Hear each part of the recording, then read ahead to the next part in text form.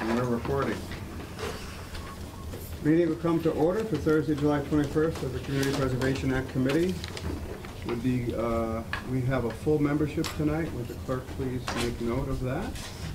I'd like a motion to approve the minutes, noting that Scott and Greg, you weren't here. You'll probably have to abstain. I was here. I was not here. I will abstain. Scott was here and has a minus next to his name. Oh, wait a minute. No. Is this May 19th? I wasn't at the meeting before. This is June 16th. The June 16th meeting. I have the wrong minutes up. Okay. Greg and Ryan were here. Okay. Motion to approve? I did get a comment by email that there were a couple corrections. The housing partnership, the amount in the deferred payment loan was incorrectly listed at $5,000. It should have been $7,500. Is that in the minutes right now, or did you already correct it? It's not corrected in the copies that you guys have. Okay. And then the other correction was that the Kathy worked at the Greenfield Housing Authority and not the CDC. Greenfield Housing Authority. So you'll make those, so those are amended. Committee okay with that? We accept the minutes as noted. I'll second. Okay, all in favor of moving that the minutes be approved as amended? Aye. Abstentions? Abstain. Greg is abstaining. Okay, and you'll send out the final. We do have the final of the 19th minutes, okay? On our agenda, public comment. Now, we have a number of people here to speak to their applications, but is there anyone here from the public who wants to address the committee other than for the applications in front of us? No, okay. Account balances, open projects, correspondence, and other related administrative items. I'll make a note that the annual CPA meeting and preservation plan, which we should have studied, is going to meet upstairs, and that if anyone, like the members of all of your, or who you represent, should be notified that it's there upstairs in case we have a large group. Should we sit at the, like the council? We have in the past. Sit at the, all right. So we'll be up there next meeting. And in the minutes, we have the current funding balances. Anybody have a question for that? The new fiscal year 17 budget, it adds $70,000 to each of the reserved open spaces for preservation Right, they're in there housing, now. and $251,700 to the reserve fund. That's not shown in this particular minute, right? Or is it? No, because that was the June. That was it, right, so. So In addition to this, we have 70,000 addition to each area, plus 251. Can you give the totals for each area, Jim? So the total is 70,000 reserved for open space, 130,000 for historic preservation, 223,812 for affordable housing, 900,000, about 901,000 in the undesignated fund, and 251,700 in reserve, for a total of 1.5 million. Okay. Well, we could probably afford to spend some of that. Any comments on that from the committee? Correspondence, do we have any, Jane? Or open projects, we're all set on open projects, they're continuing, there are no deadlines coming up. No, but a number of projects did close out at the end of the fiscal year. Okay. So, Well, we can find those out at the next meeting. yeah, I'm looking at, I just removed them for the, so, Are they in the, right here? yeah, the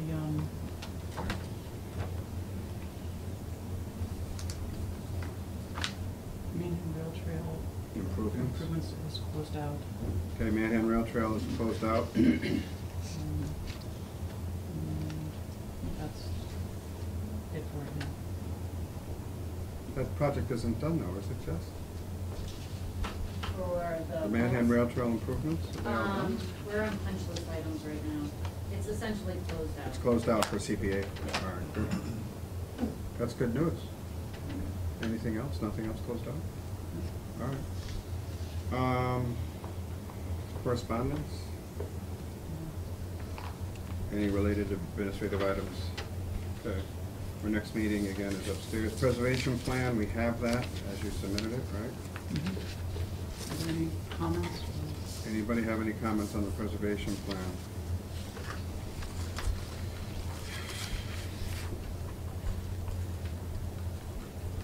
So, when I note on this plan I have here, you have things crossed out, like Center Pepin is crossed out, Maple School's crossed out. So when we get this at the next meeting, it'll be the final plan. What I'm planning to do is take whatever comments from the committee tonight. Next week I will incorporate them and make a clean version of the draft to go up on the city website, and I'll send that out to everyone. So that will be what people can comment on before the CPA meeting on the annual meeting on the 18th. Do we vote on this at the next meeting, or do we vote on it in September? Should get comments from the Yeah, public, we'll get right? comments from the public. And we might amend it after the. Right. Right. All right. So we vote on it in September. Okay. All right. I have nothing to add. I think it's well done. It's obvious that Jamie's done the edits as necessary. Anything from the committee on the preservation plan? So, do you have to print this, or do you just send it to everybody? The one that when we do this upstairs, is it printed and handed out? I know that it's a few pages long, 28 pages. I would just do the same thing that I regularly do, where it's emailed to PDF and people who Well, want the but how hard about the copy. public upstairs? They're the ones commenting on it. You send It's on the website, so we won't be making printouts of it. Okay. Maybe make a couple, just in case. All right, applications. I'm gonna do the Housing Authority, well, the Fair Housing Partnership and the Housing Authority, because they're both dealing with housing, and then we'll go to the Economic Trust. I hope you guys will be patient for that, not the trust. The first one is the East Hampton Affordable Housing First Time Home Buyer and Housing Wrap. Last time we left it, we were gonna get a new budget, and I think we have, correct?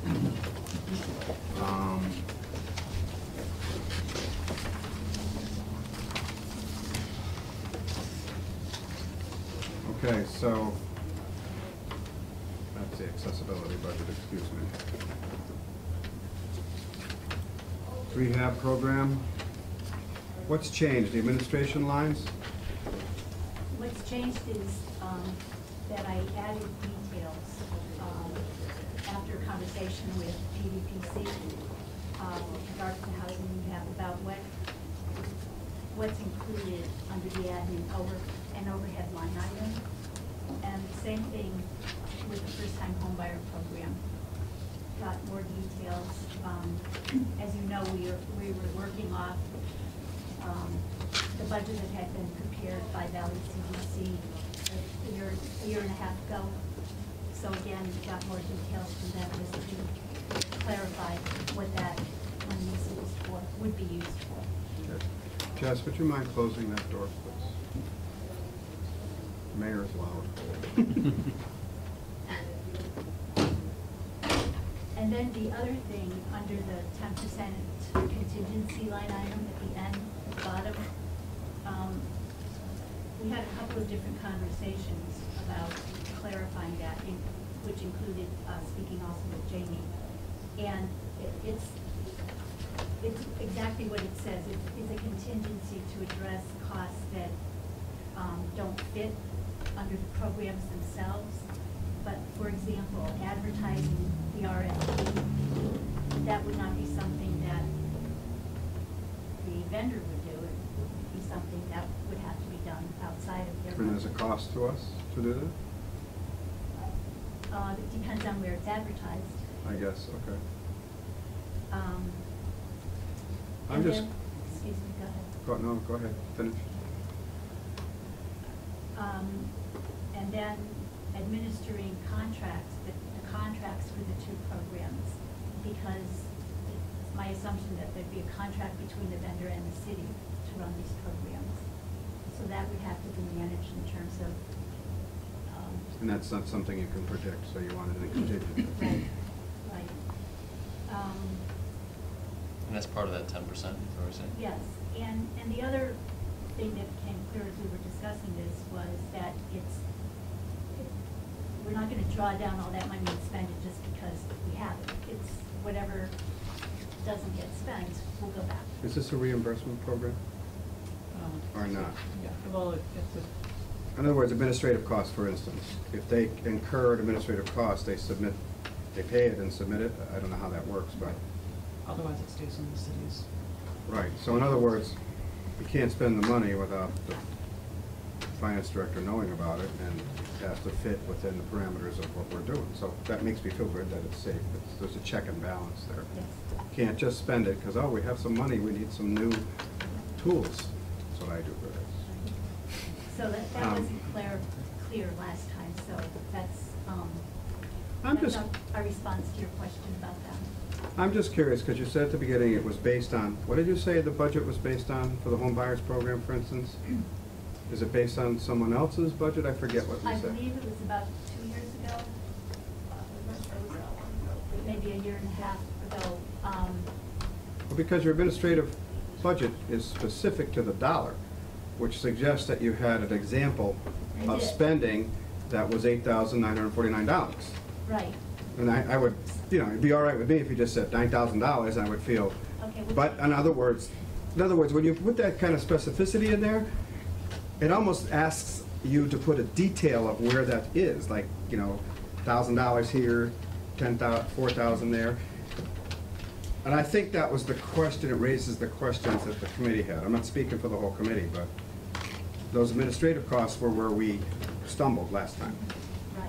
I mean, I believe they exist, and I believe you've explained them, and I also feel comfortable that you can't spend the money without approval anyway. But, I'm just saying, when you get that specific in a dollar amount, it asks for where those expenses might be coming from. Well, to respond to that, about a year ago, I believe Valley CDC came here requesting money for this program. Okay. And at that time, it was determined that they could not apply. So then the idea came up of having the housing authority apply, Housing partner. the housing partnership Don't worry, I get screwed up too. apply, make a request for both of these programs. Well, we've never run first-time homebuyer program, so we asked them if we could take a look at their budget that they had submitted and maybe do some updating of that. And so that's what these numbers are based on. Well, the total request is an even dollar amount, so, okay, because you have a dollar in the counseling there, that's how it adds up, okay. Comments from the committee, or questions? Apologize if you've already been over this, but for the benefit of those of us that were not here at the last meeting, could you just explain what's involved in the rehab program? Do you want to take that on? Big side for me. So the housing rehab program, we currently run through our community development block grant. The way that the community development block grant is run is that we have a very specific target area that we can only spend the money in, and it's really where we have the concentrated population of low mod income individuals.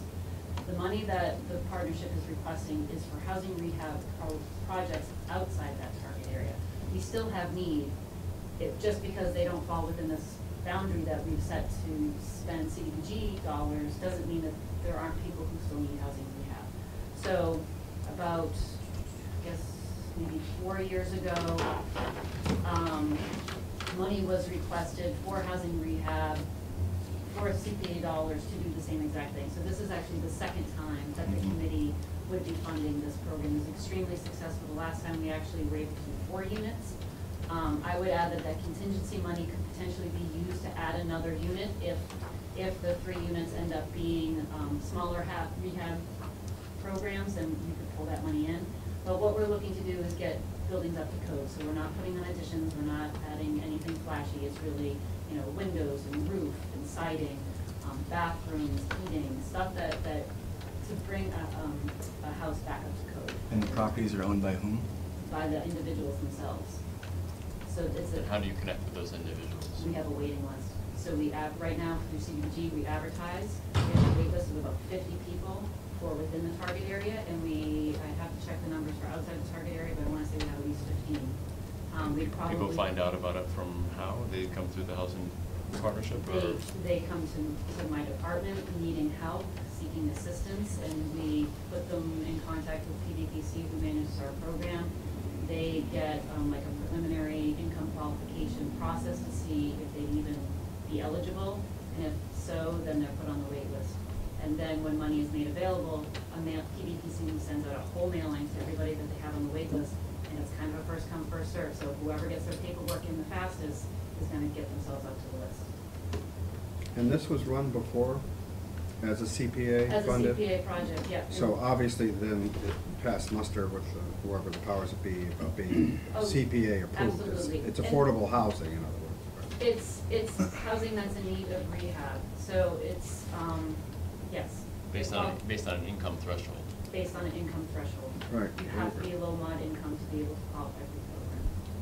And just to catch the other members up, this is run by an outside organization, right? Correct, so Not by Pioneer the Valley. housing partnership.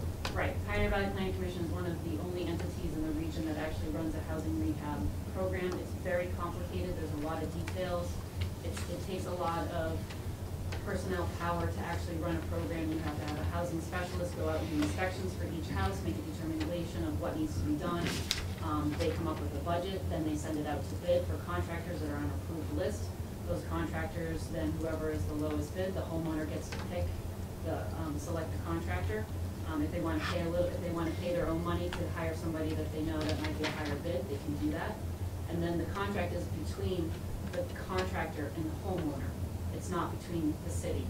So we're funneling the money, and then the contract is between the homeowner and the contractor, and PDPC oversees that entire process. And the housing specialist will follow up with the contractor and make sure that the contractor is doing what they're supposed to do on the right. So they have a project manager to watch. They're project managers, so they have financial people, a housing specialist, and project managers, and income qualification people, and that's all they do is do income qualifications for the individuals that are interested. Okay. Is that where the cost control comes in for the contractors? Is the people who are, the housing manager and so forth from? Well, they're publicly bid, so they have to take the lowest. Yep. So it's my understanding that CPA funds can be used for rehab of affordable housing properties only if the properties were originally acquired or created with CPA funds. I think it's if they're income eligible. I don't think the original. The guidance off the CPA website bears that out. Yeah. That you can use CPA funds to rehab affordable housing property only if the property was acquired or created with CPA funds. So in this case, when you've got just a private homeowner, That sounds big. it would not be I can pass this around if you want. This is printed out from the Community Preservation Coalition website. If you look at the sort of matrix of allowable uses there. You want to answer that? We have run it in the past, and the coalition provides guidance. They don't provide, they're not a regulatory authority. Right, so not they, an authoritative body and on this, but. The CPA legislation allows for support of affordable housing Mhm. as one of, and support is defined as these types of activities, so. So this is an interpretation by the Community Preservation Coalition, not necessarily legislative law. Sure. That's what I think I'm hearing. That's what I'm hearing from Jamie. For what it's worth, the Mass Department of Revenue has the same interpretation. But we've done it before and we didn't get our hands slapped, right? He's bringing up a question. And I don't pretend to be. No, but I want to, but you know would any more think. than you guys I do, think but it would I'm just be- bringing up a concern. It would be extremely difficult to fund affordable housing. It would be difficult to spend that money if that's the only way that you could spend it. I mean, the CPA regulations have changed that you can do support services, so we can, the first time home buyer program, the legislation recently changed so that can happen. Because if you hold it to the only way that you can spend it is for other projects that were purchased with CPA, you'd be sitting on that money forever. And you wouldn't be doing what you need to be doing in the community, my opinion. Is this That may be related? true in this, but we're also in some ways bound by how we were formed as a committee to allocate funds. And if we're restricted in how we can allocate those funds, I think it's worth knowing that and sticking in our charter. I think you should consider the interpretation and what support means. Well, my, These are low mod income individuals that I are would- now I mean, I being would pushed have out to- of the city otherwise, you know? I mean, that's really what we're getting at. We're at a point of gentrification in the city, and the city is slipping. I don't think they're debating whether or not Right. it's necessary or needed. I think they're debating whether or not it's legal. And I have to go on the side of this being an interpretation of the law rather than the law. Now, the DOR audits us quite a lot. If there was an issue, we would have heard about it. So I find it odd that if they have that on their website, that they would not come back to us the last time we did this. And I'm assuming that's the rehab program, because the homeowner buyer program, you said, was recently, I think I recall that, was recently enacted, so that's not a problem. Personally, I would, what am I reading? Who's this from? This is the state legislation. State legislation, Jamie just gave me, the supportive community housing shall include but not be limited to programs that provide grants, loans, rental assistance, security deposits, interest rate, write-downs, or other forms of assistance directly to individuals and families who are eligible for community housing or to an entity that owns, operates, or manages such housing for the purpose of making housing affordable. That's the law. This is the legislation. So I guess there's interpretations all over the place. I don't know what to say. That makes me feel more comfortable, Harry. Why don't we just get the town solicitor to make a comment on it? What? Get the town solicitor to make a comment on it. I mean, that's what he's there for, right? Yeah, but it costs money when we ask them. Does the committee really want to do that? That's pretty, so, you guys should read this. That's pretty clear. I think, you want to show that to Ryan? 'Cause he brought it Yeah, up. I mean, I don't think any of us are purposefully, wanting to stand in the way of this project on account of that, and that sounds well within. That's the bounds- legislation, bounds that's of not that, an so- that's the actual legislation, so it seems clear to me that we can do this. So you're thinking this falls under the other forms of assistance? It's a loan, rehab program, yes, other forms of assistance. I'm sorry, the loan was something else. That's- Well, it is a loan, it's a deferred payment loan, that's how the program works. Okay, so, The To first my- home buyer or the housing rehab? The housing rehab. so I have to admit, I rely on Jamie and Jess to let us know that these things are within the legal limits of the legislation. They interpret the legislation, and I have to say that I also agree with the notion that if we interpret it too strictly, we won't be helping where we could at all. And I don't know how, I don't think it's too strict to say that we can support. I mean, I think that's, in other words, I think that the interpretation that allows us to do this is right there for me, anyway. Seems odd as well that it would be, that interpretation would suggest then that those that have would be the ones that are eligible to continue to have. It seems biased and would. So you don't grow the unfairly, program to right. other people. Yeah, that seems odd. For repairs and rehabilitation, it doesn't mean you can't add affordable housing, but I think the question is rehabilitation. Yeah, and maybe that's direct rehabilitation, as opposed to, giving a loan for rehabilitation, which are two separate things. I'm satisfied after reading that. Me too. How do you feel about it, Ryan? I've still got my doubts, but, I think there's probably enough here to carry it anyway, so. Harry, did you read that? I think it's pretty clear. Is there something that you'd like to double check into? Well, I don't think that, I still don't think that direct rehab is authorized.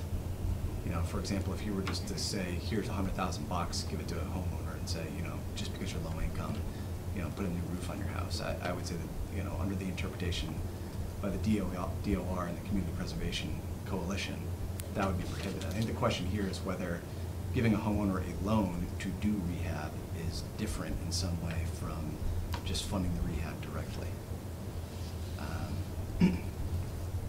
I'm not saying, in my opinion, it's definitely prohibited, but I think there's a question there, and, you know. I have to say the precedence carries a lot of weight. That legislation was in existence when the CPA funded this the last time, was it not? So therefore, in my view, it must have passed muster based on that legislation, that I would support it based on that.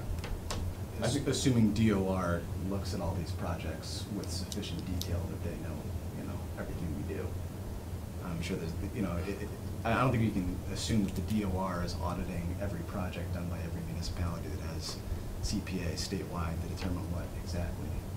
I is feel being funded. comfortable that we as a community can audit our own work, and based on the legislation in front of us, we can make the interpretation.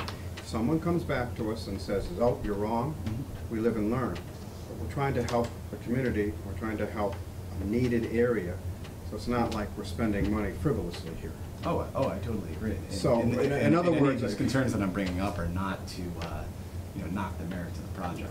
I think it's worth a discussion, and I'm glad we were able to look that up in the legislation, because that helps me. But I think we are our own, we're here to make these decisions, and yes, there might be questions by members of the committee, but also by others.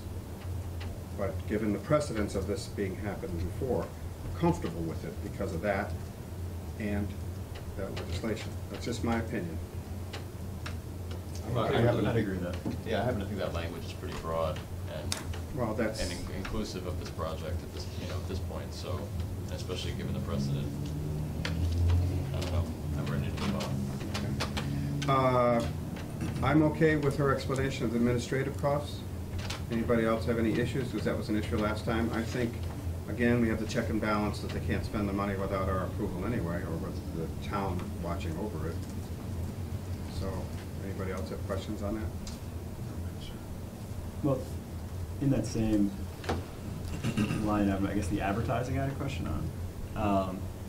I know that in the, forgive me, I don't know the paperwork from last meeting, I know last, it kind of, there was a, there. Yes. There was detailing kind of what that advertising would look like, and I was wondering if you could just review that again. Like as far as, and I'm actually more concerned with the first-time home buyer program, the advertising for that. My understanding of the advertising for that is, includes advertising for the education portion, the first-time homebuyer workshops that are conducted, I think it's once a month in different locations, usually in a bank. And then the availability of the DPLs themselves, that's probably done through print and online emails, their website. Valley has done it on their website in the past. So that's the kind of advertising that. I would think that there'd be postage costs to do that as well, if they have a mailing list of 500 people that have taken. Or I should be clear that the agency that responds to the RFP, so we have based the budget on what Valley CDC proposed before. However, would be a public bidding process, so we could get any agency that meets the. Don't we have to advertise for public bidding, though? Yes, so the Newsprint, so that costs money.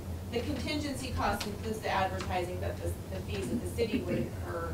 The way we did it last time was that the housing partnership members basically wrote the RFP, was reviewed by the planning department, signed off by the mayor, but the planning department incurred all the other costs associated with advertising, accepting the bids, answering questions, that kind of stuff. Again, forgive me, I don't have it in front of me. I think there was some line that was like, we'll put it in new. I forget exactly what it said, but there was one thing that it said was like, we'd advertise this in real estate agents that are in East Hampton. Does that sound familiar? Do you know what I'm talking about? That was in the narrative. Correct. Yes. And the only comment I wanted to make on that is I'd love to see this advertised beyond East Hampton, just to be able to, we live in one of the areas with the worst Latino white segregation in the country, like literally, statistically, one of the lowest.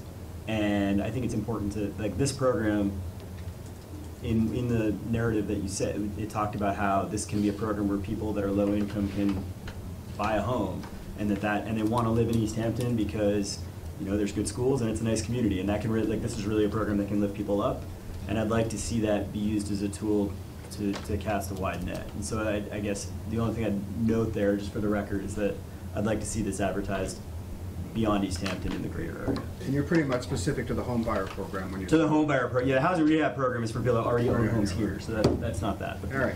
I totally disagree. You can't even do stamping money for somebody else living somewhere else. Well, once they live They're here, gonna once move they here. move here, they live here. He's talking about people that would move in. They move here, Oh, okay. so then they live here. In other words, attracting minority candidates maybe from other Even just communities. neighboring towns, it doesn't matter. Neighboring you know. towns. That's what I think he's trying to do to increase our diversity. I think that's what you're talking about.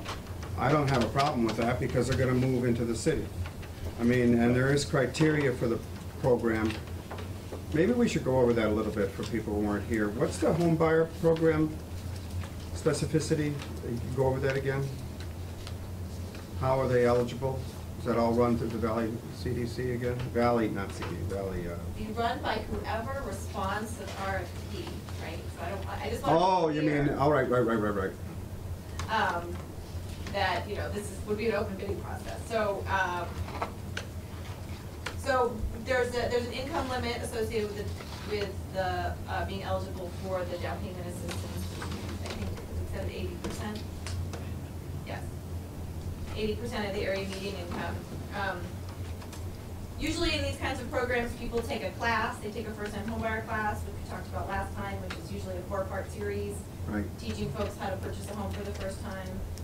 And then there would be, usually there's an extensive amount of counseling that occurs with those home buyers that really are sort of ready to purchase, to help them get mortgages, to help them, you know, all along the way. So the admin costs kind of reflect that sort of staff time that, you know, staff at an agency may spend with people as they get ready to purchase a home. And then it would be a deferred payment loan.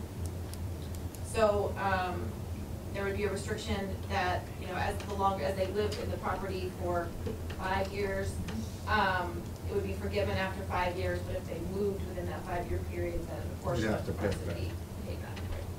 I remember that, okay. So I guess, like, the way I might suggest is, like, in the bidding process, that one of the requirements of people that respond to the RFP is that when they were to run the program, that they would need to advertise this to, I don't know what the language would be, to like the, to the, Pioneer yeah, Valley. Greater Pioneer to the Valley. Hamden, Greater Pioneer Valley. Hamden, Hampshire, and Franklin County, or something like that, you know, if that We could could be put made- that in the worksheet. Right. Yep. That'd be great. Absolutely.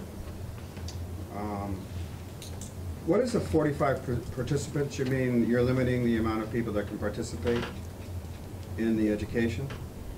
Again, this was taken from the program description that Valley had prepared based on their experience in that time period, which is 18 months for the program. Mhm. That was approximately how many people had come to them for counseling and education, including things like doing credit repair, which can take some time, in addition to the things that Jana mentioned. Just to So the get- education part isn't necessarily for just buyers, it's for That's people that correct. want to buy a home that That's might not correct. necessarily need the down payment, but it's education the first time home. Yes. Excellent. Lead testing, I love that, okay. And the city. It seems like a low figure, lead testing at 2,500 for how many homes is that? Is that gonna be the 6 Well, buyers? it would be a lead, a test, so those are usually what, like $300, Oh, okay. $350. Not the leading, but the I test to get you. determine if the property has lead. Thank you. That makes sense. But how would that work if it did? Would that disqualify buyers that? It wouldn't, there are some programs out there, some mortgage programs that do require lead testing. I think it's in there because it may come up when people are looking to purchase a home. But this down payment assistance would not require leading. But if it was a family that was, the lead test would only happen after they had already applied for the like after they had already received assurance of the DPLs, is that correct? The lead test part, it happens as part of your home purchase, so as part of your inspection and your home purchase, you're gonna do a a lead test. Typically, you don't. If it's required by the bank, If it's is what they're required by saying. the bank, or if there are kids under the age of 6 that are currently living in the house, then there'll be a lead test that's required. So what I'm saying is, in the structure of how this would work, if family receives assurance of the DPL, and then they make an offer on a home, there's a lead test. They have children under 6. There's a lead test. It was previously listed as unknown. Now it's certified that there's lead there. Now that would need to be de-leaded. If they continue to want to purchase that home, they could also walk away and find a different house, Which, right? I mean. true, although, I guess what I wouldn't want to have happen there is that family lose that loan. And that would be my fear, is that, because the housing stock here, most houses have lead, is the truth, right? Most are listed as unknown, but most have lead. So I just want to see, I'm just curious, like, how it would play out for people that have kids. I think, and this is from my experience with getting down payment assistance, but I don't have kids, is that you're determined income eligible for the loan, but you don't actually get a commitment of the loan until after you've identified a house, gotten the mortgage, completed the mortgage application, and all the pieces can be put together. And then, so the lead test is part of putting the pieces together. But it's not like you're approved for the DPL, and then the rest of the process is separate from that. It all works together.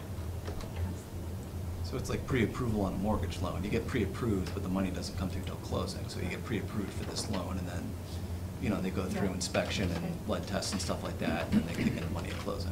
Has there been historic problems where lead has come up during this program in the past where? I'm not aware of it. Also keep in mind that the population that's going to be able to access this has to fit sort of the sweet spot in terms of being income eligible and also having good credit and being creditworthy. And it's a pretty distinct population that can kind of fit both of those two data points, to have that good credit and to be low on. And somehow they've connected with the housing Exactly. authority, or Exactly. Valley CDC or something like that, so Exactly. that's even narrower. Exactly. Sorry to press this point. Are the DPLs, is the lead testing a requirement of receiving those? Like, I'm curious just how that money, like, when that would actually come up in the process that there would be money spent for the lead testing. Like, I still haven't sort of understood, you know what I mean? Like, where that would fit, that we would spend this money on a lead test. I feel like we should take it out. I think that, my inclination is that this would be, the money for lead testing would be available to families who can't afford the lead test. So, there's lots of costs that families put out of pocket when you go to buy a house. Anybody who bought a house knows this. You're paying for the home inspector. Sometimes the home inspector and the lead inspector are not the same person. So I think my inclination is that it's not a condition of the DPL, it's not a condition of CPA funds that properties be de-leaded. So we can't make it a condition of getting the down payment assistance.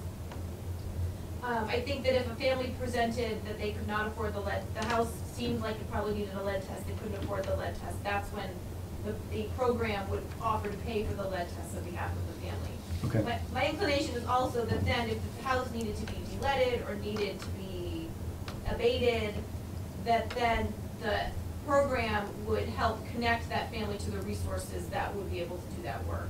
Because we talked about this last time, that de-leading is really expensive, Right. and there's not a lot of programs out there that you can access. So there would be, I think, Yeah. that some sort of connection to, and then like Jessica said, they could decide to move on to another property. Got it. All right, that's helpful. Yeah. Thank you. I think it's an extraordinary expense in home buying to have to do a lead test as opposed to just an inspection, which is normal. So if that ends up being something that hurts the home buyer when we're trying to help them, then I think it's worthy to be in there. So basically it would happen around the same time as the inspection, anything like Yeah, I think that's. Or the inspector would say we need a lead test of the bank, or because of the 6 and under, is that a Right. rule too? There's So- a lot of different, I mean, lead regs are really complicated, super complicated.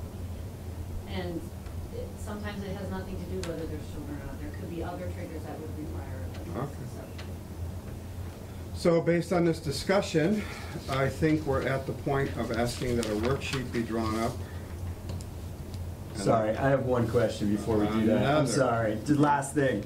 On the last time we talked, and it's in the minutes here, we talked about getting private money to leverage matching money from the real estate agents, from lawyers, the people that are participating in this, to be able to potentially direct more money toward things like the DPLs.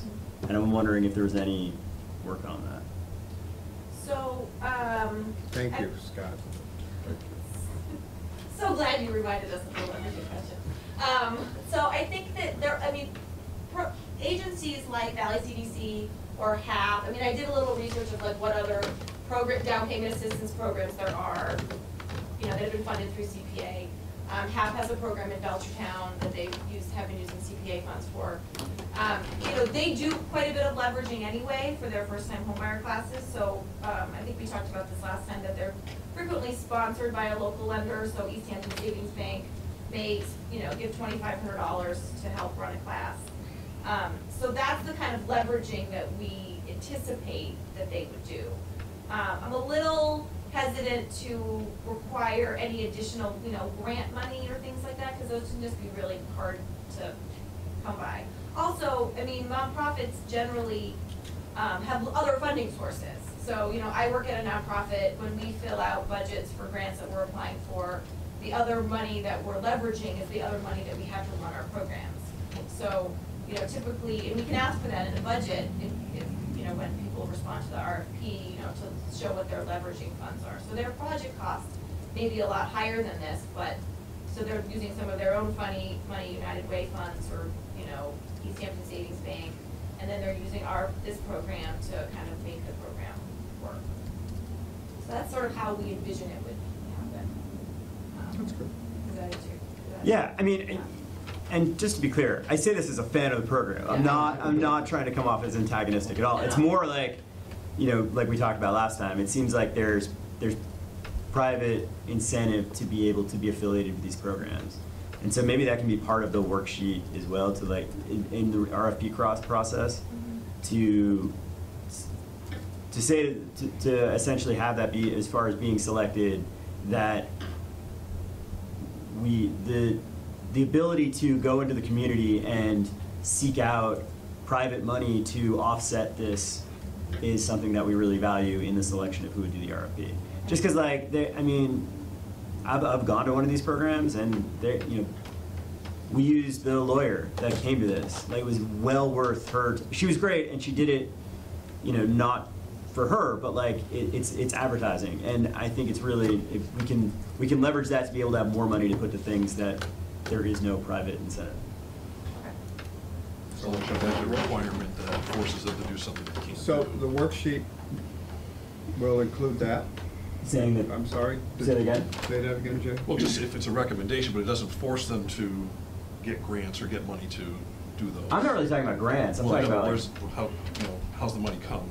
from. They have a lawyer present. They have a bank present.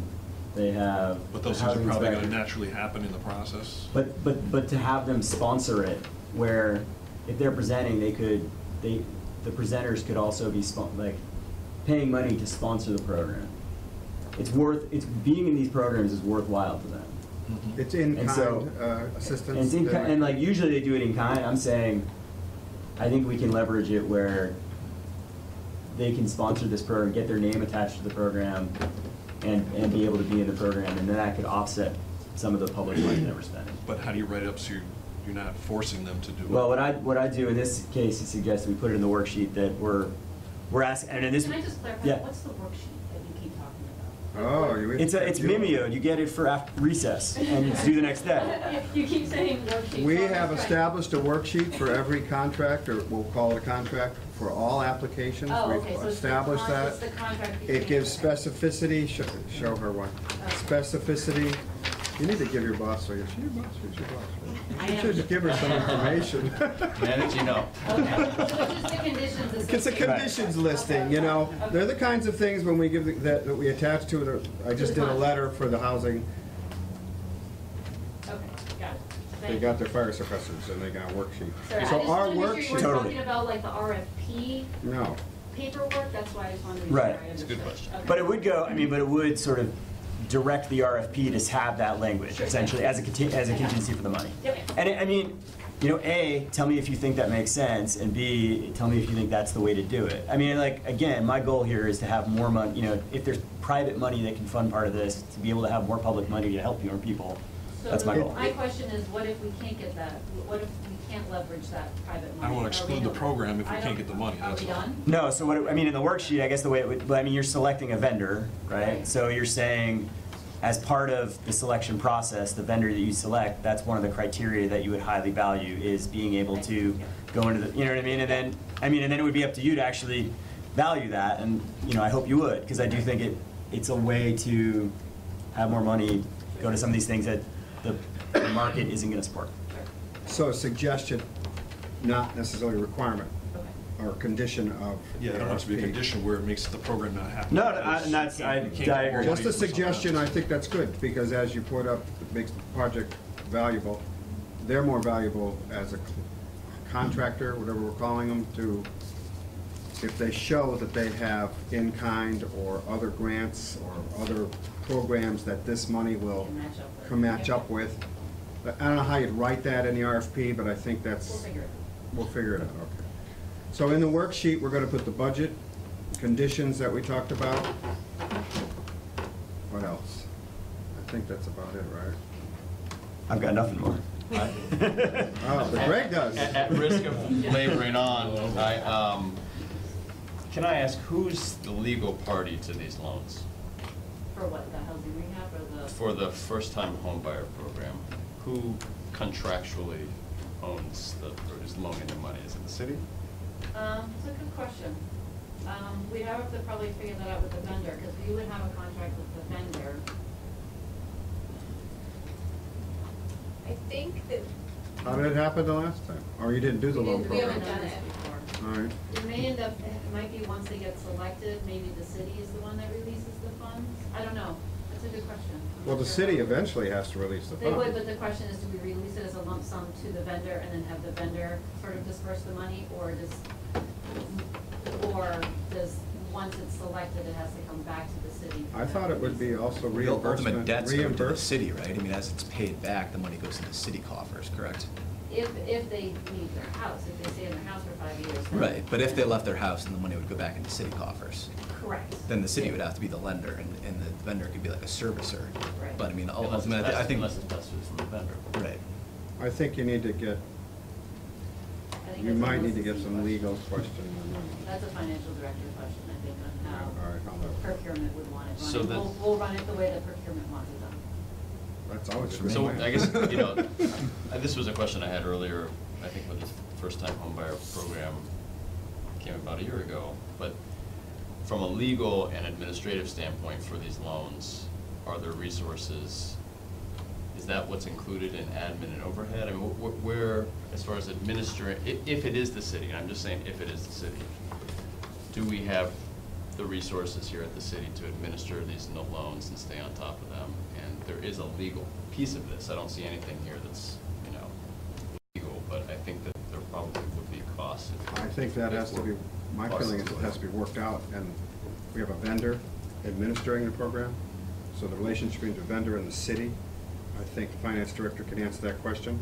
And we're not necessarily approving this tonight, we're getting a worksheet, and we're gonna probably vote on it next meeting, so I think, Jess, we should get Melissa's opinion on this, how the vendor-city arrangement would work in administering the loans. I think that's a good question. And I say this because, in my opinion, we're gonna do a worksheet up and vote on this at the next meeting, which is in August, and then it'll go before the city council in September, or the finance committee in September. Well, it'll be approved the second meeting in September, if it's approved. Should be, I mean, if the committee wants to approve it. We're not gonna vote on it tonight, we're gonna write all this up, get this question answered, and do a worksheet, which you guys will look at prior to the meeting, and everybody will get it to make sure it's what we all want in the meeting. And guys, I don't think it breaks any rules, if there's something you brought up that might want to be a condition in the worksheet, just let Jamie know we did talk about this, and then if there's something in the worksheet you need. So we're not going back and forth, we only meet once a month. Right. Okay, any other things on this? I'd like to move on to another applicant. So next meeting, we'll finalize this, answer that question on the vendor versus city loan program, how it's administered.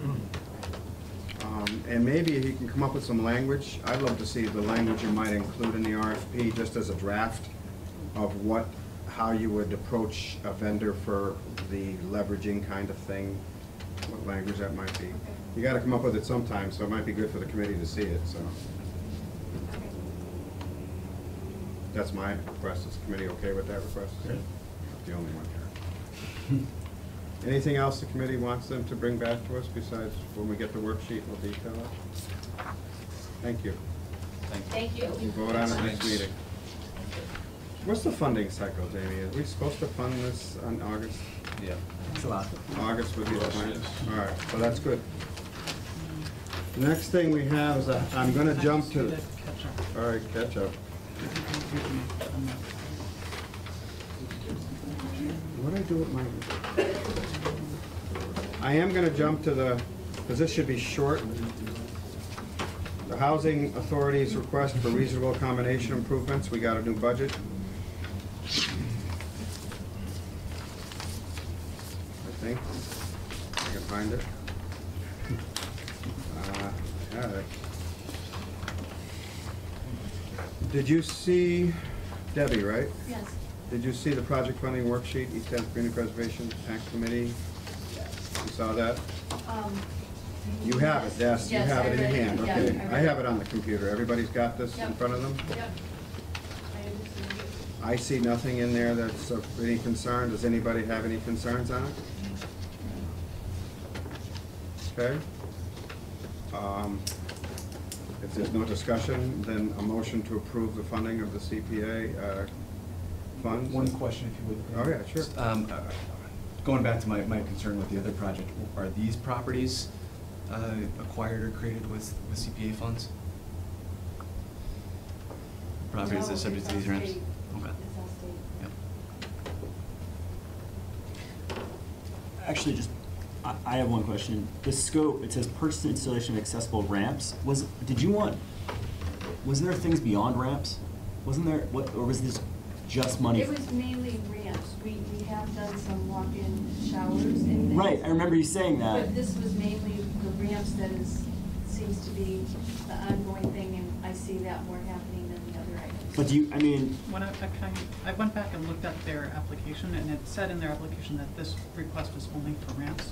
Yeah. Which Okay. is why it says only for ramps. Okay. But if we wanted to change that and make it more wide, then this would be the time to do that, I guess. I mean, that would be the only thing, just because I remember you mentioning that, and I Yeah. just wouldn't, I mean, if you Because get it's a 3 package. requests for walk-in showers, then you can't use this money, and like that would be the only thing I would say that maybe you wanna, I don't think it's gonna, Broaden the scope. like, If we could, like you said, broaden the scope, What because number is that? I'd still be doing a reasonable accommodation. Yeah, it's the same thing Something to- needed walk-in right. shower. We don't just put one in because they want one. They have to go Right. through the same process as they do with a ramp. and it's still American with Disabilities, I mean, it's but that was the only other thing I think you mentioned, right? I mean, so, Just in the scope. that would be the only, I just don't want you to get stuck, you know what I mean? Do we want Well, to the amend the walk-in scope shower to was include, 3,500. do we want to amend the scope at all, guys, or do we want to stay specific? Reasonable accommodations.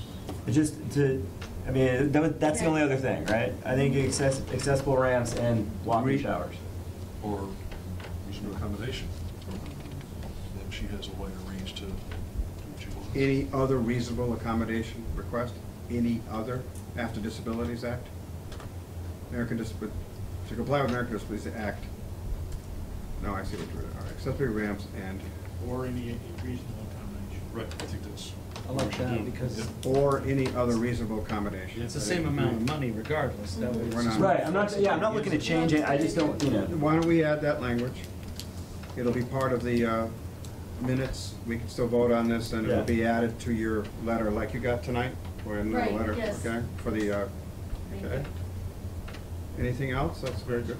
So we're saying purchase and installation of accessible ramps or any other reasonable accommodation to comply with the American with Disabilities Act. Reasonable accommodation. I think the words reasonable accommodation requests are part of the ADA Yeah. language, so we have to keep that. So it's kind of redundant. You say it twice, but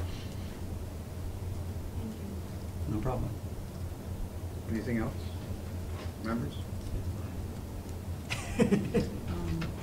Was it discussion item in Minutes? about use of the CPA funding to replace operational funds, that we can't replace, you can't use CPA funds to replace operational funds. And there was a question as to whether or not this was gonna be funding I remember that. operational funds. And my understanding, and correct me if I'm wrong, that this wouldn't be replacing operational funds, it's actually just expanding the amount of funding that you have. Right now, when you get those accommodation requests, it's actually taking away from other services that you provide. So it's not, your budget isn't staying the same, your budget is increasing by this $40,000. And it's a reimbursement again, so we're not gonna reimburse you for paper clips, we're gonna reimburse you for ramps. Yeah. Just remember that, in case you need a lot of paper clips. I would do the whole process of the request for it, and then the 3 bids on it, and then once we completed the work, then I would submit. That's, I think, what it says in here. I just submit the whole package, that it's completed with pictures and everything, and then reimburse. Each ramp as you do it, not. Like within 30 days Well, for payment? whatever the procurement officer, Okay, because Melissa usually the asked vendors for. want to be paid within 30 days. Yeah. I think Well, I mean, that's that might- typical city spending, I don't think that's, of course, they do. It's gonna be, with all the additional layers that it's going through, it's They may have to probably wait. unrealistic that 30 days Well, is if gonna- you're going to, if we're gonna reimburse, aren't you paying them and then we're reimbursing you? Oh, if you wanted, yeah, if you wanted. That's what this program is, it's Yeah, not no, what I want, it's what it Okay. is. That's the easiest way to do it, So we because show you that then, we- So that your contractors aren't waiting, right, so Okay. then. they're we gonna get get paid, you're the ones that are gonna be waiting, so get the paperwork Okay, in. that's okay. Okay, I'm patient. all right, anything else, committee?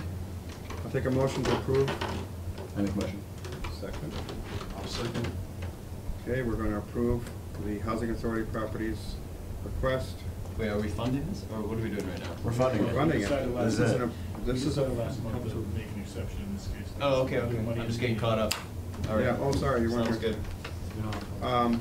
Yeah, I find the fact that I have to admit, given the way the city works already, that the 3-month quarterly cycle that this committee's on is concerning to me, but I will follow it as long as you want. I'm fine with it, I just didn't know. But I just wanted to put that out there. That's what we're, that's It what we're has to voting go on, through the is city funding council, decision. it still has to have a finance committee review. There's so many layers of review already, so. Okay. All in favor? All in favor? Aye. Aye. Any opposition or abstentions? I'm gonna vote no on this one. What'd you say? I'm gonna vote no on this one. Okay, you don't want to explain the no for a while. No, it's, I'm still hung up on the DOR guidance here. Okay. You know, the DOR guidance I'm looking at here, you know, talks about rehabilitation and restoration of housing, and that includes, quote, improvements to comply with federal, state, and local access codes. We'll include your statement in the minutes. I still feel that the legislation keeps me feeling good about it. I think there's room But I for think disagreement that's here, good. I'm just noting my objection. Yeah, absolutely. Okay, so the vote was 8-1 in favor. So you're done. Next meeting. Okay, thank We you will, very we much. will, I will sign the letter and mail it. Well, it's got to go before the city council. So next city council meeting, it'll be brought to our attention and go to the finance committee. So our first meeting in September, I'll put a what do you call it? Oh my God, a public hearing for it. So if we get it, we should get it by the August meeting, right? You're gonna ask the mayor, you're gonna put this forward. I'll do my best to get this submitted to the mayor next week, and then Yeah, if that's still plenty of time. enough time to get it to the council for August, then it'll be there for August. Try to do it before Thursday, because it's next week, the end of the month, yes. Okay. All right, next topic. Thank you for your very much. patience. You're welcome. Brickyard Conservation Area, are you here to talk to us again? And I think we've got a new budget request. It's an amended request. Oh.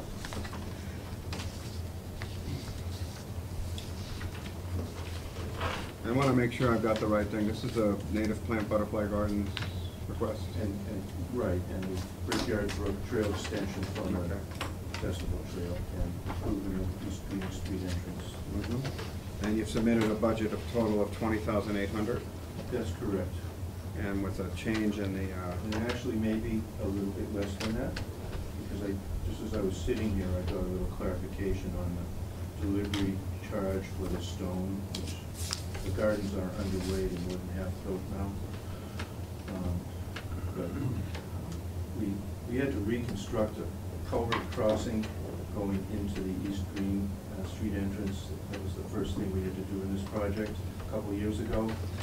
And the stone delivery was like a total of 45,000 pounds, and nobody could tell me if the weight capacity would be sufficient for that culvert, and given we spent 35 on it, I didn't want to play games and see if it was cold. So we split it into 2 deliveries, and it's 225 more than it was originally, but the cost of the materials was less than I estimated on here. So instead of the $2,500 for materials, that cost is $2,125. Look at all the money I'm saving. do you want to adjust the budget or leave it there? Because this I don't again is care a what works reimbursement for you. program. What, Amy? If it means coming back again versus not, then It's a reimbursement Just leave it program. where it is. Leave it like it is. You're gonna spend the money, and if you don't spend it all, it stays in our account, so it's not Yes. like we're losing it, Yes. okay? yes. Because you have to submit for reimbursement of work done, and you know what the figure's gonna be then. That's right. And I understand that these are pretty accurate, but still estimates. Yeah. Right? I don't have the invoice in hand. Right. And to be clear, they're not, grantees are not constrained line by line. This is a budget, we give them a total amount. If things go over a little bit for one line item and under for another. Well, if they decide to do something that's not listed here, like there was something you said that they shouldn't do? What was it? Huh? The art. The art you wanted to do, which would not be within the scope of this. Right. If they added something and then try to get reimbursed for it, that's why we have Jamie to tell us that that's not possible. That's not what I'm saying, I'm just saying, like, we don't restrict line by line, this is a grant, this is a lump grant. Right, if one part is higher and another part is lower, Yep. that's okay. So it's for you to manage the total. It's going to be really close to the number put into the budget. But you don't have to come back to us, is what he's saying, I think it's a good point. If one item that you've, like the trail extension, you have 7,800, that's suddenly 8,000. And you know that you can get the money by reducing the budget for the Trailside Butterfly Gardens by $200. You don't need to ask us. Okay. It's the bottom line, and you're not spending it on something new, it's part of the project that you've submitted. Right. That's important, and that'll be in the conditions and part of the agreement when we do. And so as long as it comes in 20,800 or less, then it's fine. Right. Yep. Okay. And as a condition, we still put the conditions in when the work is completed, that kind of stuff, as part of the worksheet. We didn't do that. So the housing authority requires freshness, it had that. Okay, I don't know if you did it with the, well, when we do this, we're gonna do it, right? With, the one that we just voted on, there was, We will do that. Because we didn't do the worksheets. For the reasonable accommodations, it's Oh, it's- August 31st, it's in there. 2018. Right, it's in there. This one, because it's additional funding to a grant that was already approved by CPA, there's actually a 12-page grant agreement between the city and the Pascomic Conservation Trust that was agreed to by both groups after the last funding. So, in my opinion, this is just providing more funding for that project. So And the then deadline date, or whatever date we put in, is not extended. Well, that's why it says what it says, to Okay. extend it. To extend it, okay. That's how I understood that. All right, good. also. The February date, that we can do. Yes. So we're gonna do another worksheet of conditions based on this, correct? This is what Do I have it? Yeah. Oh, I'm sorry. I have to look in. PCT funding worksheet, okay. So we have this, yes, I'm sorry. Total matching funds, 67,000. Yes, supersedes the case of any conflict. Okay.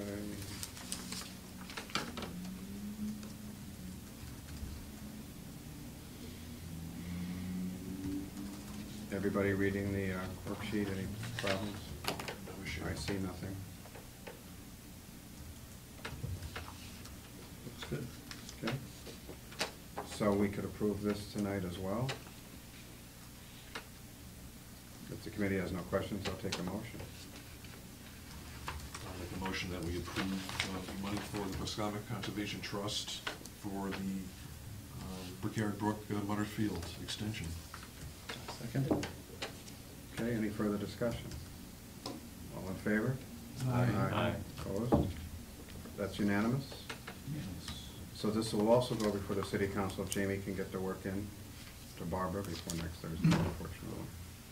That's the deadline for her agenda. And it should go before the city council, and then it goes to the finance committee. First meeting, I'll purposely put public hearings for the first meeting in September, if we get these. The yours and the housing authority just came through, all right? I just had one unrelated, well, related but not to this question. So we had, the original grant that we got for this project from CPA was for $185,000, and we paid, I think, we've had a couple of invoices from the contractor that we paid, and I just got another one today. They're not done with the project. I think this is their last invoice to us. I'm not the treasurer, so I'm not keeping track of the numbers here, but I don't want to pay them until the job is finished, right? It makes sense to me. Yeah, and so I'm wondering if there's a way, would I ask them to submit a lesser amount if they need to get paid before it's over, and withhold I a don't certain know what amount? your project, usually contractors write up an agreement Yeah. with you. You need to read the agreement to see if it says funding will be finalized at the end, whatever it says at the Yeah, end. I'd have to I look can't at that. believe you would agree to pay them before the work is done. No, I'm sure we didn't. So don't, I'm not asking you to pay it before they're done. well, you seem to say that they're not done, and they submitted a bill. Yeah, and I need to check with our treasurer to see if this is their final amount that covers what we agreed to pay them for the project, or whether it's a lesser amount. And I guess if it's a lesser amount, then we'll send it along. You guys are managing the project, not us. Yeah, yeah. The procurement officer is gonna ask the same questions. Is the project done? You know, Okay. There's often a percentage of the cost of the project that's held back until the final. So you can't basically approve. Yeah, until Sure. completion, so Sure. Okay, I recommend that. okay? sounds good, thank you. All right. Appreciate it. What'd I do at mine? What's left is the pedestrian bridge. Do we have anybody here for that? No? Are you guys here for just? There was viewing. Okay. Okay, I guess we're done. Drinking water supply protection, Cook Road, none of that. It'll be You have them on submitted in the- September. Huh? It'll be submitted in September. Thank you, Jeff. Okay. Can I bring something up procedurally? Is it possible, I'm just, like, I feel bad that we kept the people with the worksheets, which are really quick, like here through the whole thing. Can we make it where the worksheets go first? I will take that under advisement because I recognize that I did that. Is it, yeah, I didn't know how that got made I up. didn't know that their discussions would be as fast as they were. All right, I just, You know, I didn't. oh yeah, no, I just was thinking about it. I mean, because often when we get to that point, we've already talked about it a couple times and, No. I don't know. Just throwing that out there. The agenda can be done in any order. Yeah, it's up to me. It's just a. And what I'll make I use Jesse all the time, I will ask Jesse what's fast and what's not. Like, Jamie, why am I saying, oh, that's because she's sitting there and I call. Two of you have J's in your name. Jamie, I'll ask her next time to make sure that I know what's, needs a lot more discussion, like the housing authority's bid. We've discussed a lot of it, so it may Right, well, not that's be a true. short. Yeah, one. So, okay, point well taken, I understand. No, it's a good point. Anything else, guys? Thank you, motion to adjourn, Motion to adjourn.